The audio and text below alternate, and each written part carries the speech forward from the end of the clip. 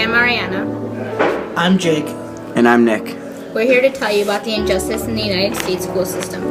Justice, by definition, is fair behavior towards others or the treatment of others justly. It is very important to treat all children across America justly and equally in their education and pursuits of their careers. As our next generation, the children of America are vital to the future. As beings made in God's image, we are called to apply fairness to all and not put one person above the other. Sadly, in the United States school system, this isn't always the case. In the U.S. school system, students are being unequally educated because of their social standing, race, or location. Despite most of these attributes being out of their control, these young students are being cheated out of a brighter future. We're all greatly affected by this gross injustice. Inequality in education is a very common problem in the U.S. everywhere you look. A deficiency in learning leads to the inability to work important jobs in the future, creating a chain reaction to dumb America. Many students will be less educated and less prepared to go out into the world if this inequality continues. Selfishness, injustice, jealousy, corruption, and cruelty are just some of the vices involved with this injustice. Research done by the Department of Education Civil Rights Office states that racial minorities are much more likely to be suspended from school. Black students are expelled and suspended 3 times as much as white students. Minorities are more likely to be taught by lower paid, less experienced, and less qualified teachers. The children are more likely to have less access to quality math and science programs.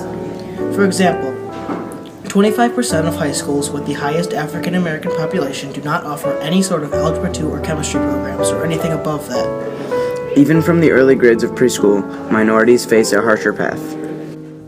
African American children make up only 18% of total preschool enrollment across the U.S.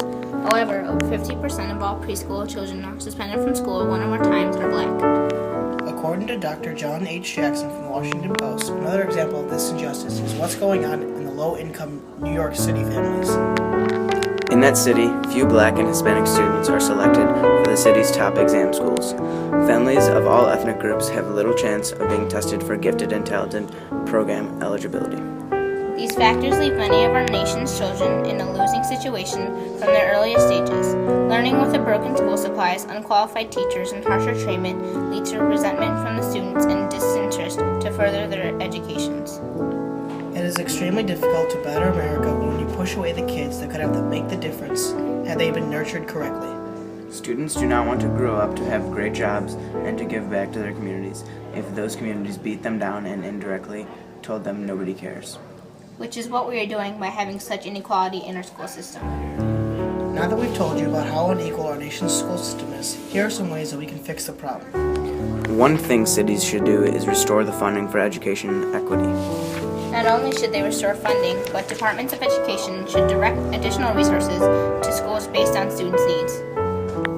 They should take the money that is left over from the restoration of the equity and give it to the schools that actually need it. The schools without desks or other classroom furniture should get extra money, especially for books and for school supplies.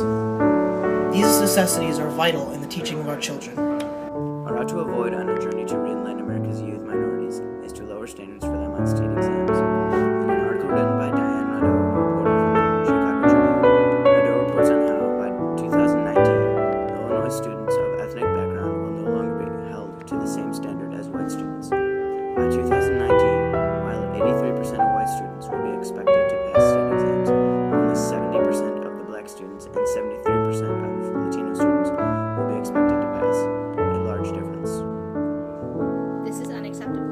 As we are telling these minorities it is okay for them not to be as good, for them to be subpar, when the problem isn't with them, it's with how they are being taught, what we are giving them to learn with. The problem is not with the students, but with our system, and we can learn to fix the problem at the source. America can take steps toward a brighter tomorrow.